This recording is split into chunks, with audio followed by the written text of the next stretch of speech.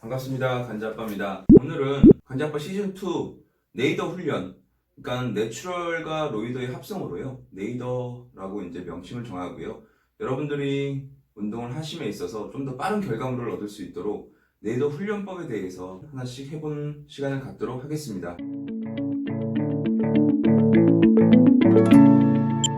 유튜브 시작하면서 이제 4달 정도 된 것 같은데, 주위에서 너는 뭐 나이도 많고 술도 나하고 똑같이 많이 처먹고 운동도 매일 하는 것 같지도 않고 잠도 많이 안 자는데 뭐 어떻게 보면 20대 30대 젊은 애들보다도 발전이 훨씬 빠른 것 같아, 너 좀 이상하다 라는 말을 제가 굉장히 많이 들었어요. 몸을 제가 많이 어릴 때 갖고 놀아왔던 그런 경험도 있을 뿐더러 제가 그동안에 해왔던 훈련이 정확하게 효과가 있다는 걸 제가 확신을 합니다. 거기에 대해서 제가 하나하나씩 풀어드리도록 할게요. 제가 2000년대 초반에요, 54kg 멸치에서요, 이거를 우연치 않게 접한 이 훈련을 가지고 놀아보는 한 약 15년 동안이요, 87kg까지 몸무게가 늘어났어요. 물론 체지방은 제가 살면서 제일 높았던 체지방률이 15% 정도였고요. 그 이상은 넘어본 적이 제 기억에는 한 번도 없어요. 자, 이게 2000년대 초반에 제 친구 중에요, 현역 사이클 선수가 하나 있었어요. 제가 몇 년 전까지는 현역에 있었는데 연락이 끊기는 바람에 그 당시에 제가 놀러 갔었는데, 사이클을 탈 때 이렇게 밴드 같은 걸로 허벅지하고 팔다리를 묶고 이렇게 훈련을 하더라고요. 그래서 이건 도대체 뭐냐 제가 이제 물어봤더니 본인이 이제 부상을 당했는데 높은 강도로 이제 훈련을 못 하니까 이 혈액을 조금 제한을 하면서 낮은 강도로 이제 훈련을 했더니 뭐 근육의 펌핑이나 어떤 훈련의 성과가 좀 더 많이 나타나는 것 같다. 그래서 그거를 제가 배워와서요, 집에서 검색을 엄청 해봤어요. 근데 그 당시에 2000년대 초반, 초중반? 뭐 이 당시에는요, 인터넷에 나오는 게 딱 한 두세 줄 정도밖에 없더라고요. 이게 배경이 일본의 한 어떤 박사가요, 본인의 재활을 위해서 과학 트레이닝이라는 거를 어떤 발견을 하고 적용을 해봤더니 혈류를 제한을 하면 인체 내 어떤 스트레스로 인해 무산소성 대사산물이 나온다는 거예요. 뭐 젖산, 바데노신, 수소이온 같은 어떤 대사산물이 나와서 그것의 위험을 느낀 이 뇌하수체에서 성장 호르몬을 이제 발생을 시킨다는 거죠. 이 정도의 내용 딱 뭐 두세 줄 정도밖에 없었는데, 그래서 그거를 가지고 제가 약 한 10년, 15년 운동을 그만두는 35, 36살 요 때까지 3개월 단위로 나눠서요, 제 몸을 가지고 계속해서 이제 실험을 했었어요. 그래서 가장 적합하게 최상의 결과물을 제 나름대로의 데이터 수집을 했었고요. 이 유튜브를 시작을 하면서요, 운동을 다시 시작했으니까 이왕 하는 거 좀 더 나은 결과물을 빠르게 얻고자 예전 기억들을 많이 되살렸고요. 제가 정리해놓은 내용이랑 또 논문들이 요즘에는 어마어마하게 이제 많더라고요. 그래서 요즘 제가 논문을 대략 한 50편 정도 이제 분석을 하고요. 요약해 놓은 논문 정리만 대략 한 약 400페이지 정도 몇 달 동안 좀 고생 많이 했어요. 근데 이 논문들을 많이 읽어봤는데요, 제가 했던 트레이닝의 어떤 결과치더라고요, 대략 한 90% 이상 다 일치가 됩니다. 중량 부하에 의한 근비대 훈련은 본인의 원 RM에서 65% 이상의 중량 부하를 가했을 때 근비대 효과가 일어나는 걸로 많은 논문들이 되어 있습니다. 그 이하의 중량에서는 근비대 효과가 거의 없다라고 하는 논문들이 많이 발표가 됐고, 여러분들도 이제 많이 아실 거예요. 그 이유가 원RM의 65% 이상의 중량을 들었을 때 아까 말씀드린 무산소성 대사산물이 나오기 시작을 합니다. 인체에 스트레스가 가해지고 근육이 파괴되면서 젖산, 바데노신, 수소이온 같은 이 대사산물이 나오면서요, 뇌하수체에서 성장 호르몬을 이끌어내고요, 그럼으로 인해서 근비대로 이어지는, 뭐 근비대의 기전은 또 다른 게 많이 있습니다. 제가 다 설명을 드릴 수 없으니까 이렇게 간략하게 설명을 드리는 거고요. 그러니까 실험을 한 게 있어요. 15%에서 30%의 중량으로 근비대 효과가 거의 없었고요. 자, 65% 이상의 중량 부하에서는 근비대 효과에 유의한 증가가 일어나는 걸로 이제 보고가 되었습니다. 자, 그렇지만 아까 말씀드린 15%에서 30% 이내의 어떤 낮은 중량을 가지고 했을 때는 근비대 효과가 일어나지 않았는데, 50에서 80%의 이제 혈류량을 제한을 하고 15%에서 30% 사이의 낮은 중량 부하를 가지고 운동을 했더니 전통적인 65% 이상의 고중량 훈련과 마찬가지인 또는 더 많은 근비대의 증가가 일어났다라는 논문들이 엄청나게 많아요. 물론 실제로 해봤고 100% 정확한 얘기라고 제가 확신을 합니다. 그렇지만 전부 다 이 전통적인 근비대 훈련과 고중량 근비대 훈련과 가압 트레이닝 처치를 하고 낮은 중량 부하로 한 근비대 훈련을 비교한 논문밖에 없어요. 이 엄청난 무기를 가지고 전 당연히 있을 줄 알았는데 누구도 이 두 가지를 컴바인해서 좀 더 나은 결과치를 만들어내는 훈련은 누구도 접근을 하지 않았고요. 그 이유가 제가 곰곰이 생각을 해봤는데 일본에서 처음 가압 트레이닝을 시작을 할 때는 이제 공합식 가압 기계를 가지고 이제 했었어요. 공기압을 넣어서 본인의 심박수와 뭐 맥박과 이런 것들을 체크해가면서, 그럼 기계가 크겠죠. 그러니까 대중화되지 못했던 것 같아요. 왜냐면 기계도 비싸고, 그리고 그걸 가지고 다닐 수 있을 만큼의 어떤 부피나 무게나 이런 것들이 감당이 안 되기 때문에 그대로 역사 속에서 이렇게 잊혀져 갔던 걸로 제가 예상이 됩니다. 자, 저는 제 몸을 가지고 했기 때문에요. 이 전통적인 근비대 훈련과 플러스 이 가압 트레이닝의 저중량 훈련을 컴바인을 해서 최종 결과치문을 만들어내는데 조금 집중을 했습니다. 174의 뭐 평범한 키에 엄청나게 작은 골격에 엄청나게 낮은 몸무게에서 제가 이걸 가지고 노는 이 15년 동안 만든 결과치를 가지고 87kg까지 이제 만들어냈고요. 지금 유튜브를 시작한 지 4개월 동안에 그래도 남들보다 빠른, 다른 분들 뭐 4개월 전의 모습들하고 지금 모습들 한번 보시면 아실 거예요. 저보다 발전이 빠르신 분들이 많이 없을 겁니다. 물론 있으실 수도 있겠죠. 저는 뭐 식단 조절이나 이런 거 전혀 안 했거든요. 하기 싫어요, 이제 이 나이에 그런 거. 이 가압 처치를 한 후에 저중량 훈련만으로도 전통적인 고중량 훈련만큼의 근비대를 이룰 수 있다는 건 중량을 많이 들지 못하는 어떤 부상 환자나 재활 환자나 그리고 40대 이상의 중년층이나 아니면 어르신들, 뭐 장년층이나 그리고 여성분들 한테도 충분히 많은 근비대의 발달을 이룰 수 있다라는 이야기고요. 저도 겪어봤으니까 확신을 합니다. 자, 그 이야기는 천천히 풀어보도록 하고요. 일단 가압을 하게 되면 활동근 내 산소량이 현저하게 떨어집니다. 그렇지만 운동 후에 이 감압을 하게 되면, 그러니까 가압 밴드를 이제 풀게 되면 운동 전보다 고농도의 고산소화가 현저하게 이제 증가를 하기 시작을 하죠. 즉 저중량 부하임에도 산소 공급이 떨어지면요, 산소를 이용하지 않는 속근 섬유가 조기에 동원이 됩니다. 결국에는 지근과 속근을 동시에 사용을 하게 되고요.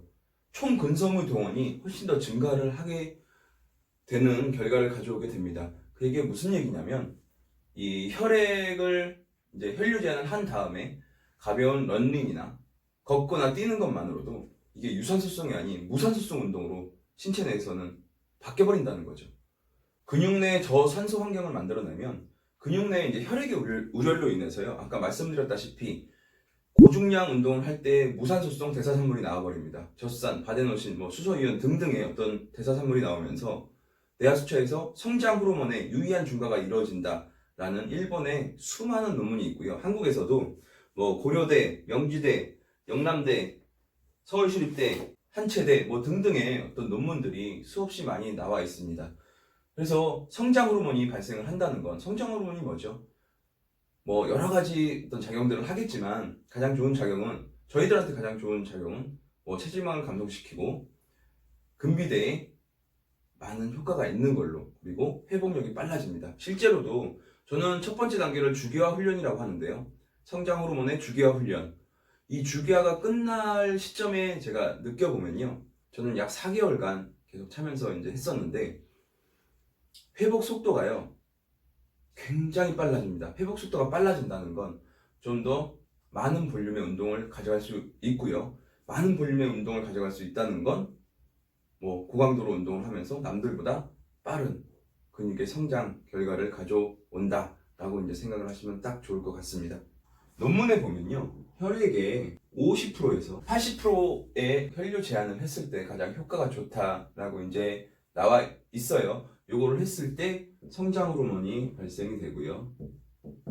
이 펌핑 지속을 시키는데, 여러분들이 이제 펌핑 오늘은 펌핑이 잘 됐어 라는 말들을 많이 하시지만 정작 펌핑이 어떤 역할을 하시는지 잘 모르시는 분들이 대부분이시죠. 펌핑은요, 이 세포 부종을 일으키는 건데요. 그러니까 펌핑이 돼 있는 동안에는요, 그 운동으로 인한 단백질 분해를 감소시켜서 단백질 균형에 좀 기여를 합니다. 즉 단백동화 반응에 기여를 한다는 말이에요. 펌핑이 오래 지속될수록 간 손실을 줄일 수 있다. 그렇게 이제 생각하시는 게 가장 쉬울 것 같습니다. 그거는 결국에는 뭐 근섬유 둘레를 증가시키는 과정인데요. 이 펌핑을 어떻게 지속을 시키느냐. 자, 논문에 보면 여러분들이 하시는 전통적인 고중량 훈련을 했을 시에는 펌핑의 지속 시간이 약 1시간으로 나와 있어요. 그렇지만 이 혈류 제한 운동, 이 네이더 훈련을 했을 때는 전 편하게 그냥 네이더 훈련이라고 하겠습니다. 네이더 훈련을 이제 진행을 했을 때는 약 3시간 정도의 펌핑 지속 효과가 나타나는 걸로 되어 있어요. 그 3배가 넘는 시간 동안 그 단백동화 반응에 기여를 할 수가 있다는 거예요. 첫 번째 네이더 훈련의 첫 번째 원칙은요, 성장 호르몬의 주기화 훈련입니다. 자, 이 펌핑이 지속되는 단백동화가 일어나는 이 펌핑을 주기적으로 만들어 주셔야 됩니다. 그래서 훈련을 할 때만 이거를 차는 게 아니고 첫 번째 해야 될 일은 일상생활 속에서 차서 펌핑을 만들어 주셔야 됩니다. 하루에 몇 번? 최대는 3시간마다 한 번씩 만들어 주는 게 가장 좋은데, 살다 보면 직장도 다녀야 되고 학교도 다녀야 되고 그게 쉽지가 않아요. 그래서 아침, 점심, 저녁으로, 그리고 훈련할 때 차면 딱 4번이 되겠죠. 일단 아침, 점심, 자기 전. 밥 먹기 전에 하셔야 돼요. 밥 먹을 때 참 소화가 잘 안 됩니다. 제가 해보니까.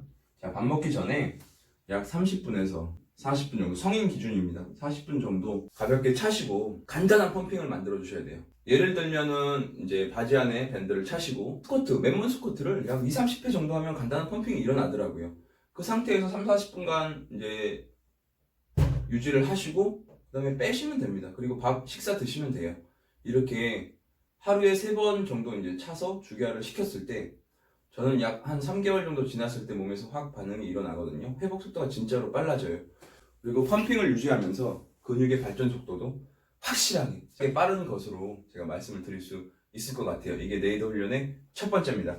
그래서 제가 밴드를 제가 직접 만들었어요. 병원에서 제가 몇 달 동안 이제 거의 살다시피 하면서요, 제 몸에 뭐 심박수 체크나 이런 것들을 통해서 대략 공합식처럼 정확하게 만들 수는 없지만 그 비싼 기계를 전부 다 들여놓을 수는 없잖아요. 저도 마찬가지고요. 그래서 간단한 이제 밴드 형태로 이렇게 만들었는데 50%의 혈류 제한을 하고 제 몸에 차고 펌핑을 시켰을 때 대략 80% 정도에까지 이제 혈류 제한을 시킬 수 있도록 이 밴드의 탄성과 밴드의 적당한 길이를 이제 찾아냈습니다. 논문에 의하면 이 폭은 3.4에서 대략 5cm 정도의 폭이 가장 효과적인 걸로 이제 나타내어지고요. 그래서 제가 만든 밴드는 5cm입니다. 그리고 이 밴드의 탄력도 요거 찾아내는데도 제가 16번 빠꾸 넣고 샘플링을 했거든요. 그래서 가장 적당한 길이로 이렇게 만들어냈는데, 솔직히 이거 만들 때 클립으로 만들면 굉장히 편했어요. 훈련의 첫 번째 원칙은 일상 속에서 이렇게 차야 되는데 남들 눈치 보고 좀 제가 옛날 생각나서 안 되겠더라고요. 예전에 저 혼자 이거 할 때는 막 직장에서 점심시간 전에 막 이거 제가 차고 막 이랬거든요. 근데 막 선임들이 갈구고 이거 뭐야 막 놀리고 이래가지고요, 옷 안에 찰 수 있게 이렇게 고안을 했습니다. 착용법은 간단하세요. 이렇게 차고, 네, 끝이에요. 팔을 차실 때는 이렇게 펌핑 좀 지속시켜 주시고 대략 3-40분 동안 혈류 제한을 하는 것만으로도 굉장히 내 몸에 많은 변화가 일어나는 거를 느끼실 거니까요. 필요하신 분들은 한번 해보세요. 굳이 이거 구입 안 하셔도 되고요. 집에 가지고 계신 뭐 밴드 같은 걸로 만드셔도 돼요. 이 바지 밴드 같은 거 여러 개 이제 묶어가지고 이렇게 어차피 본인이 느끼셔야 되니까 본인 몸에 맞게 이렇게 차셔도 상관없으실 것 같고요. 다리는 이런 식으로 바지 안에 차도 절대 티가 안 나게 이제 만들었으니까요. 뭐 필요하신 분들은 요 밑에 사이트 가셔서 구경 한번 해보세요. 첫 번째 물량이 이제 중국 의료진한테 조금 이제 검증을 받으면서요, 중국으로 이제 먼저 넘어갔어요. 그래서 한국에 출시가 조금 늦었는데, 이 네이더는 제가 브랜드를 만들었지만 다음 차순도 제가 연구를 의사 선생님들하고 진행을 하고 있지만, 여러분들이 훈련하는데 실질적으로 이제 도움이 되는 것들만 개발을 진행을 해 보려고 합니다. 제가 생각했을 때는 뭐 몇백만 원짜리 기고보다요, 2만 원짜리 밴드가 여러분들 근력 향상에는 훨씬 더 도움이 될 거라고 자신합니다. 빠르게 영상 진행할게요. 그 다음에 이제 훈련을 어떻게 하는지, 전통적인 고중량 훈련과 가압 트레이닝을 어떻게 컴바인해서 네이더 훈련을 진행을 하는지에 대해서 영상을 하나하나씩 올리도록 하겠습니다. 고맙습니다. 아, 그리고 이제 제품이 중국에밖에 안 넘어가고 한국 출시도 안 했는데 공장에서 이거 카피하시려고 이제 뭐 벌써 뭐 알아보고 뭐 이러시는 사장님, 아 진짜 그러지 마세요. 이거 적당한 탄성 찾아내려고요. 거의 3-4달을 병원에서 제가 살았거든요. 물론 비슷하게 만드실 수는 있겠지만. 아, 감사합니다.